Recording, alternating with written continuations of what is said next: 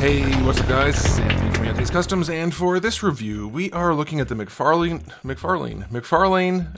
I still said it wrong, Toys, DC Multiverse Cyborg. This is supposed to be his DC Rebirth look. It's kind of that. It's mostly just a repainted other figure that doesn't look quite right, but probably close enough. But is the figure any good? Well, I don't think it is, probably, but we're going to review it. This was a viewer request.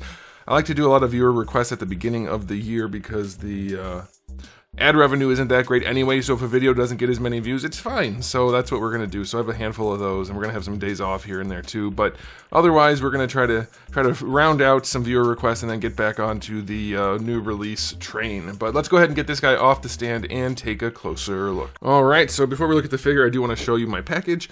It's the standard package, which is a good one. I think it's one of the better standard domestic cheap low-end figure packages. No real issues other than the usual Todd stuff, so that's fine. Decent package.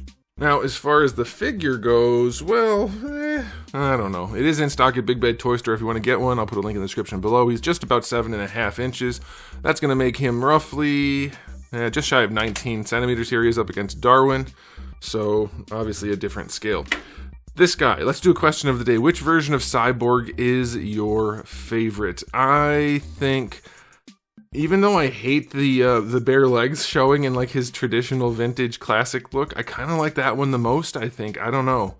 This one's not bad. It's just too generic, I think. But I don't know. I don't know if I have a preferred look for him necessarily. Definitely not the DC EU or whatever the Snyderverse look was. I didn't care for that. Okay, so this figure, a lot of reused parts, a few new parts.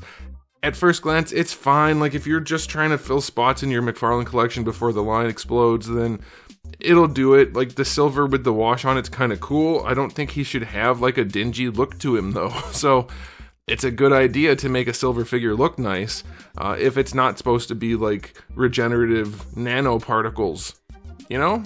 Or I don't know what he's made out of, something like that. So he should probably be shinier, is my guess. And like if you look at the artwork, he's very shiny. The way they draw him, very, very shiny. So the dingy look, not super accurate, but kind of cool looking. The extra red bits to try to make him look more like Cyborg, they're kind of orange and not shiny or anything, but they help a little bit. I think the head sculpt is decent. I think that looks pretty good. The way they did the eye is acceptable, and then the human part looks pretty good. He's shiny. His face is too shiny. But yeah, it's not terrible. It's a decent head sculpt. So, you know, it's not a good figure. I'll say that for sure. It's not a good figure. Is it good enough for somebody that just really wants a Cyborg figure that's good enough? Yeah, it'll fill that spot.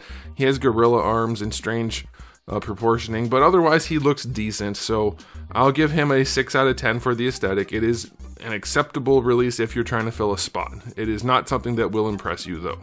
Alright, now as far as articulation goes, nope. Alright, now as far as accessories go, hold on to your pants. We have no alternate hands, so we just have the one open hand and the one trigger finger hand for all the times he's using actual guns, which is a joke because he doesn't. And then we get this thing, which I can't believe was actually designed for this figure originally. It has a hollow part in it for his arm, but no place to like actually peg in, and it most definitely has a forearm support and a grip on it, which definitely can't be used on this scale. I have no idea what this was. Is this a gun from a different figure that's a different scale that they just put a hole in? I don't know. But it does go on his arm technically. If you pop his hand off, you can just slide his arm in there. And there you go. But it looks goofy. I mean, like, it's fine if you don't look at it too close, because there's like lots of little hard surface greebles and things, and there's a wash on it, so it looks kind of okay. But it just doesn't make any sense. This looks like some kind of optic, maybe, except it goes behind where the grip is here, which clearly has shielding in front of it. Yeah, I don't know what's going on here. This is a very goofy looking thing, but you get it. So if you just don't want to look at it too close, you get a giant gun arm for him, and then you get his display stand and his card. So he's got basically 0 accessories. I'm gonna go 1 out of 10 just because they did give you the crazy gun arm thing. Now on to the articulation. Again, hold on to your pants. It's not good. All right, so his head, limited range compared to what Todd normally does. His head does not have much range at all. It will be sufficient for the bare bones, but yeah, that's about it. His shoulder pads are there. But his arms work well enough, they flex enough, so he can raise his arm up to better than horizontal. He can bring the arm forward. The shoulder pad just flexes. It doesn't look particularly good, but it does allow him to move. So it's not a huge deal. The shoulder does have a little bit of that play in that ball joint in there. Bicep swivel is fine. Double jointed elbow is fine. Now, coincidentally, the main parts on this figure that aren't new are some of the better sculpted parts. I mean, whoever does their hard surface cyborg type stuff, they do a pretty good job. It's a decent sculpt. It's just not right for cyborg and doesn't pose very well and whatever. Okay, double jointed elbow, good range. Not the ugliest, but not a good looking elbow, that's for sure. And then you have your ball hinges for the wrists, which are fine. For the torso, this is nuts. He literally can't lean forward farther than that at the top, and he can lean back only that far. So I don't know who's designing action figures these days, but whoever thinks that they can't lean forward, you shouldn't be designing action figures. They should be able to lean forward, and this one can barely lean back even. Side to side, barely anything. You do get loose rotation. Then down here at the lower part, he can lean back even farther inside of his diaper. Cannot lean forward farther than that on either joint. That is it. That's nuts. Also, stop making diapers so damn big. Could have easily cut it lower, especially if you don't have any range. Side to side is next to nothing again, and then rotation is there, so that's okay. For the hips, he doesn't even get the splits. Usually McFarlane figures can do that. He cannot.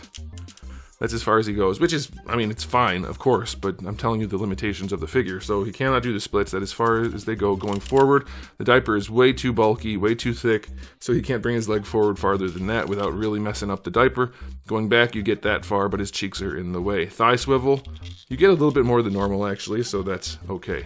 Double jointed knee is, whoa, stuck. There we go.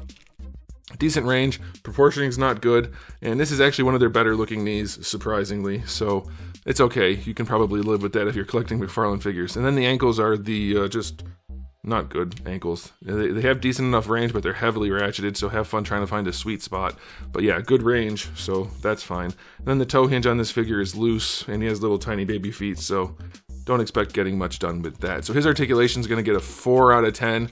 He can't pose very well at all. It's going to be just enough to have him on your shelf and not doing much. So let's do a cake rating. He's got a little bit, but it's all robotic, so he gets a 0 for cheating.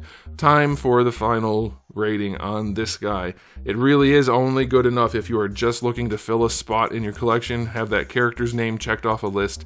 That's it. It is unfortunately not a good action figure. Doesn't pose well, doesn't come with good accessories, doesn't represent the character accurately. It's just a completely super phoned in release. It is not good enough. So I'm going to give him an overall rating of 6 out of 10. That's it. It is just good enough to check that name off that list. But that's it for me. So thanks for watching, guys. If you enjoyed the video, please do give it a thumbs up. If you didn't, give it a thumbs down. And if you haven't subscribed, you should. I have new videos just about every single day and thousands already on the channel. So make sure you come back for all of that.